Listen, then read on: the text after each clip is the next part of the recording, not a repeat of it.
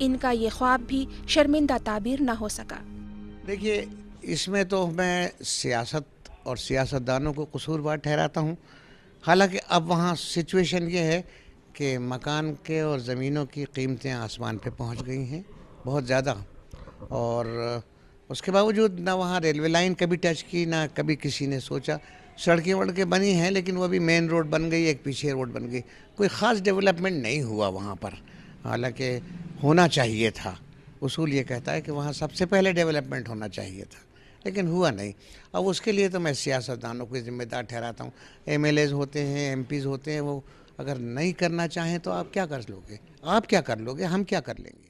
بہت پست حالات ہیں، بے روزگاری سب سے زیادہ بڑا مسئلہ ہے یہاں کا، اور غریبی بہت ہے یہاں، کوئی روزگار کا سادھن نہیں ہے، کوئی کارخانہ نہیں ہے جس میں مسلمان بھی اور غیر مسلمان بھی سبھی لوگ نوجوان بے روزگار ہیں اور پریشانی زائد ہے، اور کم پڑھے لکھے ہیں۔ اس کا ایک یہ بھی وجہ ہے، مسلموں کے ساتھ یہ وجہ سب سے بڑی ہے کہ وہ پڑھے لکھے کم ہوتے ہیں، کیونکہ بچپن سے ہی ماں باپ روزگار میں جھونک دیتے ہیں۔ دوستوں اسی کے ساتھ لیتے ہیں چھوٹا سا بریک، ملتے ہیں بریک کے بعد۔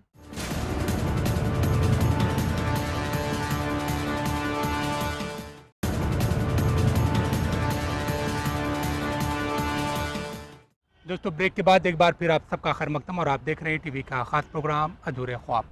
بیرسیہ ابتدا سے ہی مشترکہ تہذیب کا نمائندہ رہا ہے۔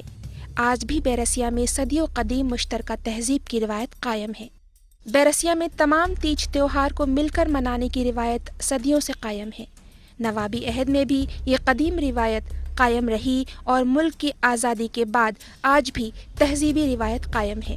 بیرسیہ بھوپال کی سرحد پر ضرور آباد ہے، لیکن ملک کی راجدھانی کے پاس آباد ہونے کا اسے آج تک کوئی فائدہ نہیں مل سکا۔ 2001 کی مردم شماری میں جب ہم نظر ڈالتے ہیں تو ہمیں یہ دیکھنے کو ملتا ہے کہ 2000 میں بیرسیہ کی کل آبادی 24,289 تھی، جس میں مرد آبادی کا تناسب 53% اور خواتین آبادی کا تناسب 47% رہا ہے۔ 2011 کی مردم شماری کے بعد اس تناسب میں غیر معمولی اضافہ ہوا ہے۔ بیرسیہ کی آبادی کے بعد جب ہم یہاں کی کل آبادی کی شرح خواندگی پر نظر ڈالتے ہیں تو اس سلسلے میں ہمیں اور مایوسی کا شکار ہونا پڑتا ہے۔ 2001 کی مردم شماری کے مطابق بیرسیہ کی شرح خواندگی قومی شرح خواندگی سے بھی 2% کم ہے۔ ملک کی قومی شرح خواندگی 59% ہے، جبکہ بیرسیہ کی شرح خواندگی 57% کے قریب ہی ہے۔